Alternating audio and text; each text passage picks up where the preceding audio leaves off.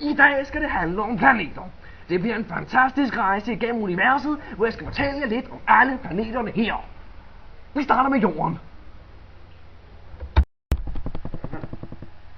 Planeten blev dannet for 4,5 milliarder år siden, og livet fremkom på dens overflade inden for de første milliarder år. Siden da har Jorden biosfære i betydelig grad ændret atmosfæren og andre abiologiske betingelser på Jorden, så aerobiske organismer har kunnet udbrede sig. Hov! Pas på, at vi bliver angrebet af Marsmænd!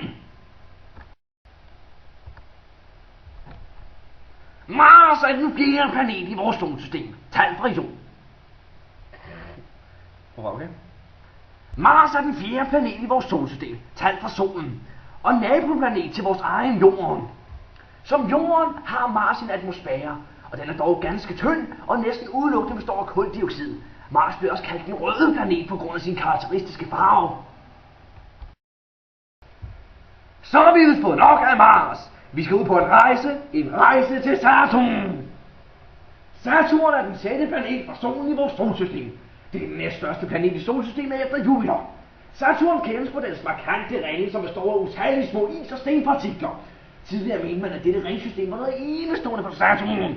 Men det har senere vist sig, at både Jupiter og Uranus har tilsvarende, men langt fra så markante ringsystemer. Nu har vi været på en spændende rejse gennem hele solsystemet, så hvorfor ikke slutte af med en tur fra solen og gennem alle planeterne? Jeg håber, I har lyttet det.